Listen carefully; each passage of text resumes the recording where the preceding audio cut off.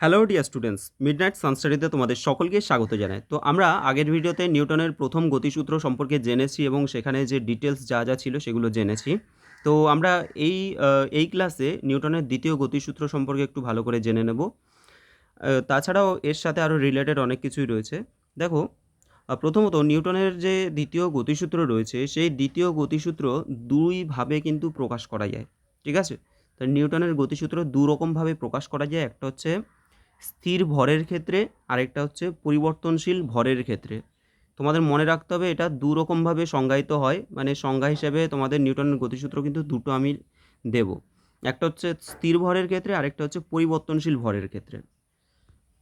তো দেখো, প্রথমে আমরা স্থির ভরের ক্ষেত্রে যে সূত্রটা পাবো সেটা একটু আলোচনা করে নিই। স্থির ভরের ক্ষেত্রে কি হবে? দেখো, বলা হচ্ছে যে স্থির ভরের কোনো বস্তুর ওপর কার্যকর বল প্রয়োগের ফলে বলের অভিমুখে বস্তুতে সৃষ্ট ত্বরণ ওই বলের মানের সমান হয়। তো বলছে স্থির ভরের, অর্থাৎ ভর যখন স্থির থাকবে তখন কোনো বস্তুর উপর যে কার্যকর বল, যে বল প্রয়োগ করা হবে সেই বলটা কি হবে?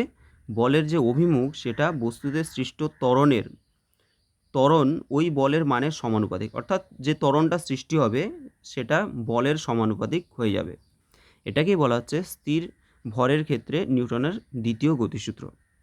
তো দেখো, এখানে এক্সপ্লেন করেছে যে এম ভরের কোনো একটা বস্তুকে যদি আমরা এফ বল প্রয়োগ করি, এম ভরের একটা বস্তুতে যদি আমরা এফ বল প্রয়োগ করি, তাহলে যদি এ ত্বরণ উৎপন্ন হয় তাহলে আমরা বলতে পারি F is proportional to M A. অর্থাৎ এফ মানে কি? এফ মানে হচ্ছে ফোর্স বা বল। বল কিসের কিসের সমানুপাতিক? ভর এবং ত্বরণের সমানুপাতিক, ঠিক আছে? F is proportional to M A. তো এখানে এফ সমান কে ইন্টু এম এ, একটা ধ্রুবক নিয়ে নিল। তো কে এর মান 1 হয়, এখানে কে একটি সমানুপাতিক ধ্রুবক এবং কে এর মান যদি 1 হয় তাহলে এফ সমান আমরা বলতে পারি এম এ, অর্থাৎ বল সমান হচ্ছে ভর ইন্টু ত্বরণ, ঠিক আছে? বল সমান হচ্ছে ভর ইন্টু ত্বরণ। তোমরা এটা মনে রাখবে, তোমাদের কিন্তু এই ফর্মুলা দিয়ে এফ সমান এম এ, এই ফর্মুলা দিয়ে কিন্তু তোমাদের অঙ্ক থাকে, অঙ্ক কিন্তু সলভ করতে হয়, ঠিক আছে? আচ্ছা, এটা হয়ে গেল। দেখো, এটাকে এইভাবেও লেখা যায় যে নিউটনের দ্বিতীয় গতিসূত্রের গাণিতিক রূপ হিসেবে এফ সমান এম এ, ঠিক আছে? যেখানে এম ভরের বস্তুতে এফ বল প্রয়োগ করা হলে এফ এ ত্বরণ সৃষ্টি হচ্ছে, এ ত্বরণ সৃষ্টি হচ্ছে। তো এখানে দেখো, এফ এর মাথায় এরকম একটা অ্যারো চিহ্ন আছে, আবার এম এর মাথায় তো নেই, আবার এর মাথায় অ্যারো চিহ্ন আছে। এটার মানে কি জানো? এটার মানে হচ্ছে, দেখো, বল হচ্ছে পরিবর্তনশীল, ত্বরণও কিন্তু পরিবর্তনশীল, কিন্তু এম মানে হচ্ছে বস্তুর ভর। ভর কখনো কিন্তু চেঞ্জ হয় না। কোনো বস্তুর ভর তুমি যে যে কোথাও নিয়ে যাও না কেন কোনো বস্তুকে, সেটার কিন্তু ভর সবসময় ফিক্স থাকবে, ঠিক আছে? বাকি দুটো চেঞ্জ হতে পারে, তার জন্য উপরে অ্যারো চিহ্নটা দেওয়া আছে। এবার দেখো, সিজিএস পদ্ধতিতে এবং এসআই পদ্ধতিতে যদি আমরা দেখি বলের একক, সিজিএস পদ্ধতিতে বলের একক হচ্ছে ডাইন, আর এসআই পদ্ধতিতে বলের একক হচ্ছে নিউটন, ঠিক আছে? ডাইন আর হচ্ছে নিউটন। এক ডাইন বলতে আমরা কি বুঝবো? এক ডাইন মানে হচ্ছে 1 গ্রাম ভরের কোনো বস্তুর ওপর যে পরিমাণ বল প্রয়োগ করলে বস্তুতে 1 সেন্টিমিটার পার সেকেন্ড স্কোয়ার ত্বরণ সৃষ্টি হয়, তো সেই পরিমাণ বলকে বলা হচ্ছে এক ডাইন বল। এক ডাইন মানে হচ্ছে 1 গ্রাম সেন্টিমিটার পার সেকেন্ড স্কোয়ার। আরেকবার বলছি, ধরো 1 কেজি ভরের একটা বস্তু আছে, ঠিক আছে? সেই বস্তুর উপরে আমরা যে বলটা প্রয়োগ করার ফলে বস্তুর মধ্যে 1 সেন্টিমিটার পার সেকেন্ড স্কোয়ার ত্বরণ সৃষ্টি হবে, সেটাকে বলা হবে এক ডাইন, ঠিক আছে? এবার দেখো, আমরা জানি বল সমান ভর ইন্টু ত্বরণ। ভরের একক কি? সিজিএস পদ্ধতি ভরের একক গ্রাম, আর ত্বরণের একক হচ্ছে সেন্টিমিটার পার সেকেন্ড স্কোয়ার। তাহলে এটা ইউনিট হয়ে যাচ্ছে gram per centimetre, gram centimetre per second square, ঠিক আছে? সেন্টিমিটার পার সেকেন্ড স্কোয়ার, এটা গ্রাম ইন্টু আর কি, gram into centimetre per second square হয়ে যাবে। এক মিনিট, গ্রাম centimetre per second square. Newton কাকে বলে? 1 কেজি ভরের, আগেরটা ছিল 1 গ্রাম ভরের, এটা হয়ে যাবে 1 কেজি ভরের। 1 কেজি ভরের কোনো বস্তুর উপর যে পরিমাণ বল প্রয়োগ করা হলে বস্তুতে 1 মিটার পার সেকেন্ড স্কোয়ার ত্বরণ সৃষ্টি হয়, সেই পরিমাণ বলকে বলা হবে 1 নিউটন বল, ঠিক আছে? সেটাকে বলা হবে 1 নিউটন বল। তো 1 নিউটন মানে হচ্ছে 1 KG metre per second square, 1 KG metre per second square. তো এটা ঠিক আছে, ডাইন আর নিউটন, সিজিএস আর এসআই একক গেল। এবার দেখো, তোমাদের পরীক্ষায় এই প্রশ্নটা আসে যে নিউটন এবং ডাইনের মধ্যে সম্পর্ক কী? তো আমরা কি জানি যে 1 নিউটন মানে কি? 1 নিউটন সমান হচ্ছে 1 KG metre per second square, তাই তো?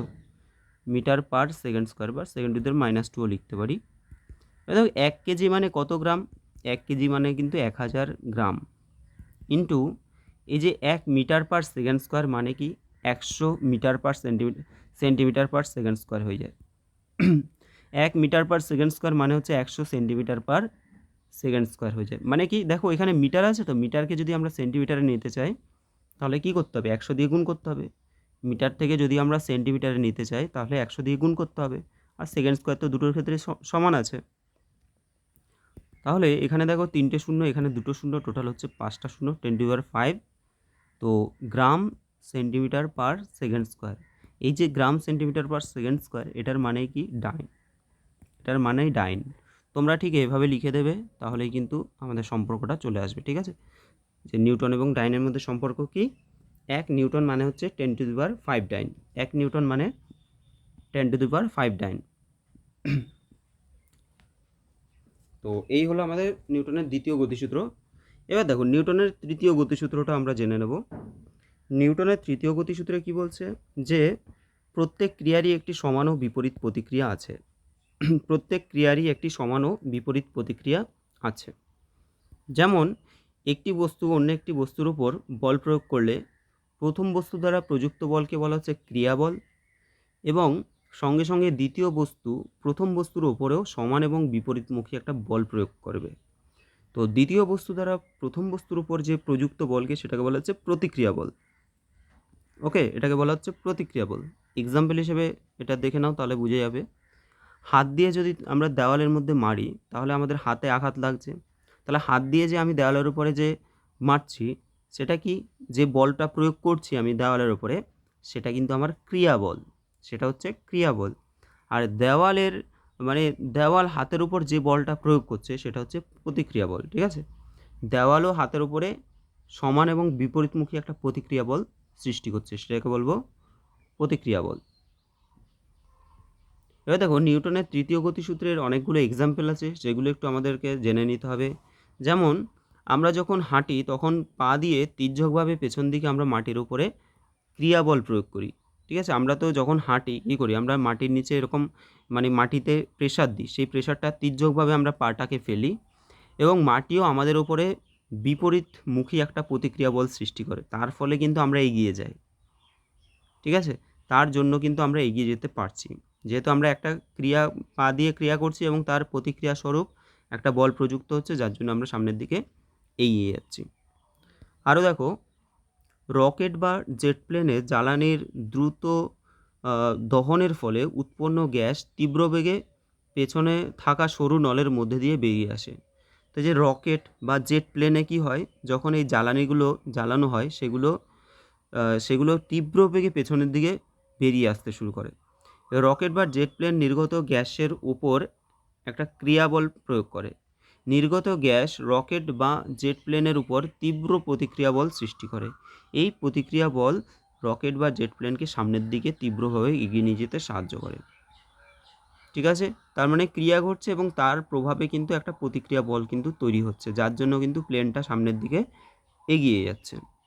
একই রকমভাবে আমরা বন্দুকের ক্ষেত্রেও দেখতে পাই যে বন্দুক থেকে আমরা যদি গুলি ছোড়ার সময় কী করি? বন্দুকটিকে গুলির উপর সামনের দিকে ক্রিয়াবল প্রয়োগ করা হয়। বন্দুক থেকে যখন গুলি ছোড়া হয়, গুলি ছোড়ার সময় বন্দুকটি গুলির ওপরে সামনের দিকে একটা ক্রিয়াবল প্রয়োগ করে, ঠিক আছে? এবং গুলিটি বন্দুকের উপর পেছন থেকে একটা প্রতিক্রিয়া বল প্রয়োগ করে, ফলে বন্দুকটি পেছনের দিকে সরে যায় এবং বন্দুকধারী পেছন দিকে ধাক্কা খায়। দেখবে যারা মানে বন্দুক চালায়, অরিজিনাল যে বন্দুকগুলো আছে সেগুলো যখন বন্দুকগুলো চালায় তখন বন্দুকটা কিন্তু পেছনের দিকে একটা প্রেশার ক্রিয়েট করে, পেছনের দিকে কিন্তু সরে যায়, আর বন্দুকটা কী হয়? সামনের দিকে কিন্তু বুলেটটা যেটা সামনের দিকে বেরিয়ে যায়। এটাও কিন্তু একটা নিউটনের তৃতীয় গতিসূত্রের সাহায্যে মানে আমরা ব্যাখ্যা করতে পারি এটাকে।